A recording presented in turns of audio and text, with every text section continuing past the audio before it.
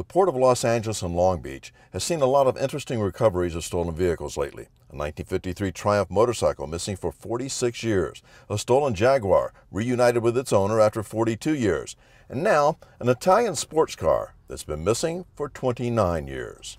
In 1981, Ferrari produced 1,743 of this particular GTSI model. In 1987, when the car was stolen, the insurance company paid a claim of approximately $37,000 for it.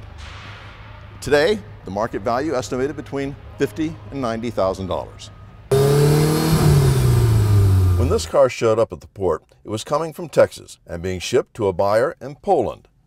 But NICB Special Agent Lou Coven noticed something wasn't right with the VIN number. And when I looked at the VIN number, I am somewhat familiar with Ferrari, and the VIN number just didn't look right to me. It was not a factory VIN that was on the car.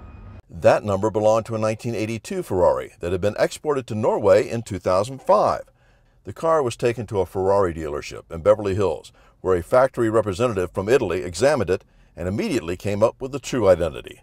With that, the theft was identified from NICB's historical records. We don't get rid of anything. That's what our database is very robust, and if law enforcement needs records and stuff, we have it. And usually we're the only ones that do have it. Turns out the car had been stolen while being put up for sale at a consignment dealer in Newport Beach in 1987, and the police still had the theft report. The original buyer, when he was contacted, at first he had to think, oh, which one was that? I had 5 of them back then.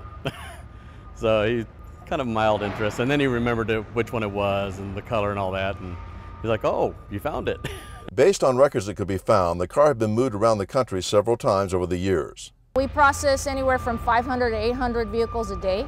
It's not the typical vehicle that's going to be exported, so it warrants further investigation. The California Highway Patrol has processed the car, and now it's up to the insurance company that paid the claim to decide its fate.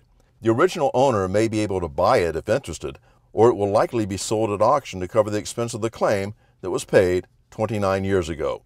From the Port of Los Angeles and Long Beach, I'm Roger Morris for the National Insurance Crime Bureau. Lady at 46 South Road. 46